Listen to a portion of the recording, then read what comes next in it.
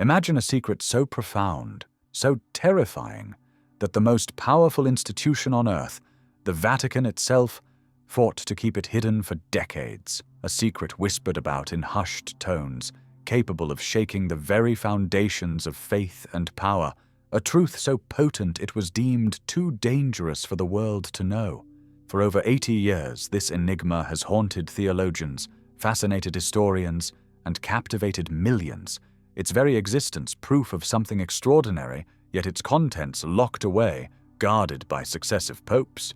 Just recently, Pope Leo made a revelation about the Third Secret of Fatima that sent shockwaves through the Catholic Church and beyond. He revealed something even the Vatican didn't want you to know. This wasn't a casual aside or a theological debate. It was a crack in the carefully constructed wall of silence, hinting at a reality far more complex than any official narrative. What was truly written in that sealed envelope by Sister Lúcia, the final surviving witness to the Fatima apparitions, an envelope that compelled popes for generations to keep its contents from the world, despite the growing clamor for its disclosure? Tonight we peel back layers of deception and divine intervention to uncover a truth far stranger than fiction, a truth that began with 3 unassuming children and culminated in a global mystery. Our story begins on a seemingly ordinary day, May 13th, 1917, in the sun-drenched, olive grove-dotted fields of Portugal. Picture the setting. The small, humble village of Fatima, nestled amidst rolling hills. 3 young shepherd children, Lúcia dos Santos, a thoughtful and often introspective 9-year-old, and her mischievous younger cousins, the earnest 8-year-old Francisco and the vivacious 6-year-old Jacinta, were tending their family's sheep. Their lives were simple, dictated by the rhythms of dawn and dusk, the bleating of their flock, and the comforting routine of prayer. Yet beyond their tranquil pastures, Portugal itself was a nation in immense turmoil, a powder keg of political and social upheaval. Just 7 years prior, in 1910, the monarchy had been violently overthrown, ending an 800-year rule and plunging the country into a chaotic republican experiment. The nation was a political kaleidoscope, cycling through an astonishing 45 governments in a mere 16 years. That's a new government roughly every 3 months. Imagine the instability, the lack of consistent leadership, the pervasive sense of uncertainty that permeated daily life. Against this backdrop of profound political instability, a new government had emerged with a singular, fervent agenda: to systematically dismantle the Catholic Church's deep-rooted influence. They saw the Church as a vestige of the old regime, an obstacle to progress. Laws were passed with ruthless efficiency, one after another, designed to sever the Church's ancient ties to the Portuguese people, from seizing church property to suppressing religious orders. It was a time when faith was not just personal, but political, and often dangerous. But for Lúcia, Francisco, and Jacinta, life in the countryside remained simple, tethered to the rhythms of nature and faith. This particular afternoon, as a light rain began to fall, a common occurrence in the region, they sought shelter in a small cave, known locally as the Cova da Iria. There, they shared a humble meal of bread and olives and, as was their custom, recited the rosary. Afterwards, they played jacks, their childish laughter echoing in the damp air. Nothing unusual, nothing to suggest that this ordinary day was about to become anything but. But then, the atmosphere shifted dramatically. The wind began to howl, a sudden unnatural gust that whipped through the trees, making them writhe and creak as if in agony. The children stopped their game, their eyes scanning the horizon for the approaching storm they assumed was upon them. But what they saw was no storm, no mere atmospheric disturbance. Instead of thunder or rain, a blinding, dazzling light, whiter than freshly fallen snow, descended from above the trees. It wasn't a flash, but a deliberate, slow descent. As it drew closer, it began to coalesce, taking on the ethereal yet distinct figure of a young man, seemingly made of light itself. The children, transfixed and filled with a mixture of awe and trepidation, held their breath as the figure spoke, his voice calm and resonant amidst the strangely muted wind. "Fear not, I am the angel of peace. Pray with me." He knelt, bowing his head to the ground, and instructed them to repeat a prayer. Stunned, they sank to their knees, joining him in prayer, their young hearts pounding. In that moment, they experienced something utterly profound, a sensation beyond their young comprehension, a deep, almost physical peace. "The hearts of Jesus and Mary are attentive to the voice of your supplications," the angel informed them, his words imprinted on their souls, before vanishing as quickly and inexplicably as he had appeared. The children sat in stunned silence for a long time, grappling with the inexplicable. What had just happened? Was it a dream? A shared hallucination? After a few more quiet prayers, their minds reeling, they made their way home. When they tentatively shared their astonishing encounter with friends, they were met not with awe or belief, but with mockery. Children often made up stories, and this was certainly a fantastic one. Disheartened, they quickly ceased speaking of the angel, learning a painful lesson about the skepticism of the adult world. Life slowly, almost imperceptibly, began to return to normal for the outside world. Yet for Lucia, Francisco, and Jacinta, nothing was truly normal. They were now inseparable, bound by a shared sacred secret, a divine encounter that had irrevocably altered their perception of reality. The summer, however, was far from over. The angel of peace would visit them 2 more times throughout the year, each encounter deepening their spiritual understanding and intensifying their bond. Each visit left them both exhilarated by the divine presence and utterly drained by the intensity of the experience. These visits transformed them in ways they could not articulate. The love of God, once an abstract concept from catechism lessons, became something tangible, something they could feel in their very being. From ordinary children, they were blossoming into vessels of unshakable devotion, their faith no longer merely taught, but deeply, profoundly experienced. Began to spend more time in prayer, their games replaced by quiet contemplation, their simple lives now infused with a profound spiritual dimension. Fast forward to the following summer, exactly 1 year later, the date indelible in history. May 13th, 1917. The 3 children were back in the fields, near the exact spot known as Cova da Iria, tending their flock on another outwardly ordinary day. The sun was high, the sky a vast, beautiful blue. Unexpectedly, a brilliant burst of light pierced the atmosphere. It was so intense, so sudden, they instinctively recoiled, mistaking it for lightning.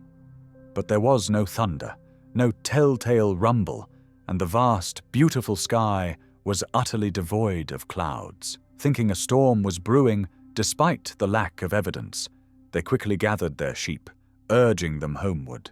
But before they could go far, another dazzling flash, even more intense than the first, stopped them dead in their tracks, and in that moment, their world irrevocably changed. They beheld the most stunning woman they had ever seen. She was clad in brilliant white, shimmering with a light even brighter than the sun, and she floated gracefully above a small holm oak tree, barely taller than Lucia herself. Her presence radiated peace, yet also an undeniable majesty. "Do not be afraid," the woman reassured them, her voice calm, melodious, and utterly devoid of any threat, a balm of peace that immediately soothed their initial terror. Lucia, ever the brave one, perhaps emboldened by their previous encounters with the angel, found her voice and asked where she was from. "I am from heaven," the woman replied, her words resonating with absolute certainty. When Lucia, driven by childish curiosity and a budding sense of purpose, inquired what she wanted, the woman promised to reveal more later, requesting they meet again at the same time on 6 consecutive months until October. A curious Lucia then asked if they, the 3 children, would to heaven. The woman affirmed that all 3 would, but with a specific caveat for Francisco. He would need to say many rosaries. This detail, seemingly small, hinted at a deeper, more personal connection, a divine recognition of each child's path. Then came the pivotal, life-altering question, delivered with profound seriousness. Are you willing to offer yourselves to God and bear all the sufferings He may send you in an act of reparation for the sins by which He has offended, and of supplication for the conversion of sinners? Without hesitation, Lucia, on behalf of herself and her cousins, agreed. The woman accepted their decision, her expression acknowledging the weight of their consent. She warned them gently of the pain they would experience, the suffering that would indeed follow, but assured them of God's consoling grace, a promise that would sustain them through unimaginable trials. Pray the rosary every day, she instructed, emphasizing this simple devotion, before soaring gracefully into the sky, diminishing into the brilliant light from which she came, leaving the children utterly speechless, forever changed by her visitation. The rest of the afternoon was spent in the field, utterly mesmerized, replaying every astonishing moment. They made a solemn pact to keep it a secret. The sting of the mockery they endured after speaking of the angel, still a painful memory, a lesson hard learned about the skepticism of the adult world. But little Jacinta, bursting with an irrepressible spiritual fervor and childlike innocence, couldn't contain herself. She confided everything to her mother, who, unable to resist sharing such a wondrous tale, immediately told the neighbors. The story, like wildfire, spread through the village, rapidly moving beyond their control. When Lucia's mother learned of it, she was furious, deeply embarrassed and horrified that her daughter would lie about something so sacred, so profoundly serious. She cautioned Lucia severely, demanding she confess the truth or suffer dire consequences. Lucia was heartbroken. Her own mother, her own family didn't believe her. Meanwhile, Jacinta deeply regretted breaking her vow of silence, realizing the burden it now placed on them. It seemed Our Lady's warning about suffering was already coming true, manifesting not in grand trials, but in the painful disbelief of those closest to them. By June 13th, a month later, the children were ready for their next meeting at Cova da Iria. While most villagers were in church celebrating the feast of St. Anthony, a significant crowd of roughly 50 curious onlookers, drawn by the burgeoning rumors, gathered with Lucia, Jacinta, and Francisco. The lady in white reappeared precisely at noon. When Lucia, with childlike earnestness, requested the lady to take them all to heaven, she was gently told that Jacinta and Francisco would indeed be taken soon, but Lucia would remain on earth for a longer time, given a special mission. Saddened by the thought of losing her beloved cousins, Lucia asked if she would be left alone. "No," the lady assured her, her voice full of tenderness. "I will never forsake you."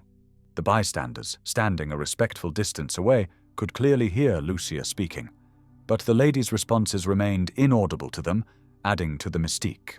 After reminding the children to recite the rosary, the lady vanished once more. Over the next month, the children faced relentless skepticism, which escalated into outright harassment. Even Lucia, despite her deep conviction, began to doubt herself. Her family's persistent accusations of lying, planting seeds of suspicion that perhaps the devil was tricking her. She nearly skipped the next meeting, battling an intense inner turmoil. But on the morning of July 13th, her resolve, fortified by faith, returned. The three children, accompanied by their mothers and Jacinta and Francisco's father, who firmly trusted in their honesty despite the public ridicule, walked to Cova da Iria. When the lady appeared, Francisco's father, standing nearby, later reported hearing a slight humming sound, a subtle vibrational presence, but no distinct words. It was during this profoundly significant visit that the lady in white entrusted the children with 3 secrets, revelations that would reverberate through history and shape the destiny of the Church.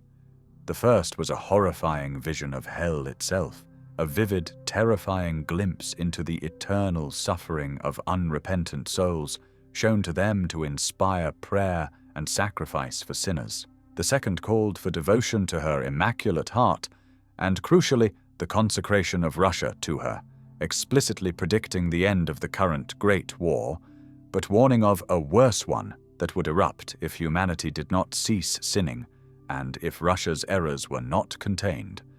This chilling prophecy of a second, more devastating global conflict, decades before its actual outbreak, would later stun the world. The Third Secret, cloaked in even greater mystery, spoke vaguely of Portugal's unwavering faith, but its full depth remained hidden, a profound enigma. She also promised a grand public miracle in October to prove the veracity of her words, a spectacle that would leave no doubt as to the divine origin of these apparitions. Word of these prophecies, particularly the promised miracle, spread like wildfire, reaching the ears of the staunchly anti-Catholic magistrate Arthur de Oliveira Santos. Seeing an opportunity to discredit the Church and the growing religious fervor, Santos devised a cunning plan. On August 13th, the day of the next scheduled apparition, Santos cunningly tricked the children into his carriage, ostensibly to take them to Cova da Iria. Instead, he took them to the nearby town of Vila Nova de Urem and summarily threw them into jail. He interrogated them relentlessly, threatening them with gruesome tortures, including boiling oil, if they did not confess their lies. For 3 harrowing days, the young children, despite their terror, bravely resisted his intimidation, holding firm to their truth. Realizing his threats were ineffective and facing increasing public outcry over their detention, Santos finally released them. The children had missed their August 13th meeting at Cova da Iria, to the immense disappointment of the 15,000-strong crowd who had gathered, expecting the miracle. However, the lady in white, demonstrating her unwavering presence, appeared to them unexpectedly at Valinhos, a different location, on August 19th, making up for the missed encounter. She reiterated her request for them to return on the 13th of each month. By September 13th, an astounding 30,000 people had gathered, a testament to the growing belief and anticipation. The usual signs manifested: a brilliant light over the holm oak tree, a sudden coolness in the air despite the sun, and the fading of the afternoon sun into an ethereal glow. After hearing Lucia's messages, the lady departed, as shimmering petals, like celestial confetti, fell from the sky, vanishing before they touched the earth. Both hardened doubters and fervent believers now swelled the crowds, the excitement for October 13th and the promised grand miracle, reaching fever pitch. While Francisco and Jacinta found support in their devoted father, Lucia faced severe mockery and even outright hostility, particularly from her own disbelieving family. The morning of October 13th dawned cold and stormy. Rain lashed down relentlessly, turning the fields of Cova da Iria into a muddy quagmire. Yet, despite the miserable weather, an unprecedented crowd of up to 100,000 people, believers and skeptics, journalists and scientists, priests and atheists, converged on the site, determined to witness whatever might unfold. Francisco, Lucia, and Jacinta stood bravely in front of the bare holm oak tree, soaked to the bone, but unwavering in their expectation. A local priest, impatient and perhaps skeptical himself, pressed Lucia, asking when the lady would arrive. "At noon," Lucia stated confidently, her young voice clear amidst the murmuring crowd. Noon arrived, and as the minutes ticked by, doubt began to ripple through the massive crowd. Had it all been a hoax? Was this the humiliating end to the children's fantastical claims? But then, just as despair began to set in, Lucia suddenly cried out, pointing. "Look at the sun!" She saw the lady approaching, and with her words she effectively silenced the priest and captivated the multitude. The lady identified herself clearly. "I am Our Lady of the Rosary." She requested that a chapel be built in her honor at the site. Then, with a simple, deliberate gesture, she directed her gaze, and the children's, towards the sky. towards the obscured sun. What followed was a spectacle unlike anything witnessed before or since in recorded history. The thick, grey storm clouds, which had shrouded the sky all morning, suddenly parted. The sun, previously hidden, burst forth, not as a gentle glow, but as a brilliant, spinning silver disk. It began to rotate wildly, like a colossal firework, emitting multicolored lights that painted the sky in hues of red, blue, green, and purple. Then, to the utter horror and astonishment of the crowd, the sun began to zigzag erratically across the sky, before seemingly dislodging from its place and plunging directly towards the earth, growing larger and hotter with each terrifying second. People screamed, their cries of terror echoing across the fields. Many fell to their knees, convinced it was the end of the world, confessing their sins aloud, convinced divine judgment was upon them.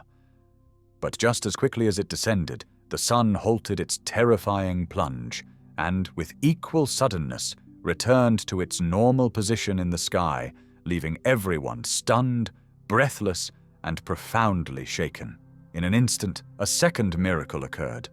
The thousands of people who had been standing in pouring rain for hours found their soaked clothes and the muddy ground beneath them completely dry, as if the sun's intense heat had evaporated every drop of moisture. This approximately 10-minute phenomenon, later dubbed the Miracle of the Sun, was witnessed by tens of thousands of people, not just devout Catholics, but hardened skeptics, newspaper journalists, government officials, and even atheists from many miles away. It was a public, undeniable display of the divine, a profound punctuation mark on the events of Fatima, proving to many the celestial origin of the children's apparitions. In the wake of the miracle of the sun, the children's lives were irrevocably altered. Overwhelmed by a constant stream of visitors, pilgrims, and curious onlookers, all eager to hear about Our Lady, to touch them, to glean some piece of their extraordinary experience. Their childhoods, as they knew them, were over. But tragedy soon struck again. In 1918, the devastating Spanish flu pandemic swept across the globe, reaching even the remote village of Fatima. It claimed the lives of Francisco in April 1919 and, devastatingly, Jacinta in February 1920. Lucia was left utterly alone, the sole surviving visionary, carrying the immense burden of the secrets and the memories. Despite her profound loss, she dutifully cared for her family and remained with her relatives until their passing. To shield her from the relentless public attention, the constant interrogations, and the fervent adoration that bordered on obsession, Bishop José Correa de Silva wisely sent her to a convent school, eventually arranging for her to enter the Sisters of St. Dorothy, where she adopted a different name and found a measure of peace and anonymity. It was during this period, in 1927, that Sister Lúcia, under obedience to her superiors, began to write her memoirs, chronicling the apparitions and, crucially, sharing the content of the first two secrets. These were Mary's dire warnings, prophecies that would soon resonate chillingly with global events. The vision of hell served as a stark reminder of humanity's perilous path. The call for devotion to her Immaculate Heart and the consecration of Russia to her took on profound significance as World War II began to unfold, with its unprecedented scale of destruction, confirming the lady's earlier prophecy of a worse war if humanity did not repent. Lucia's carefully worded accounts, published to the world, seemed to be confirmed by the unfolding horrors of history. But the third part, that remained unwritten, a silent burden on Sister Lucia's soul. In October 1943, her bishop, recognizing the urgency and the weight of the secret, finally urged Sister Lúcia to commit the third secret to paper. At first, she struggled immensely with the task, finding it an arduous and emotionally draining spiritual trial, perhaps due to its terrifying nature or its implications. But then, in 1944, the Virgin Mary herself appeared to her once more, granting explicit permission to write down the secret and even suggesting it should be made public by 1960, signaling a divinely appointed time for its revelation. The letter, containing the terrifying text of the Third Secret, was meticulously sealed in an envelope, delivered to church authorities, and in 1957 it was sent to the Vatican, where it was placed securely in a papal safe, awaiting the designated year, as the world waited with bated breath for its disclosure in 1960. The year 1960 arrived. The Catholic world, and indeed many beyond its fold, held its breath. Would the Vatican finally reveal the mysterious Third Secret? Pope John XXIII, a man known for his warmth and openness, retrieved the sealed envelope. He studied the secret, said to be a mere 25 lines long, a surprisingly concise text for such a momentous prophecy.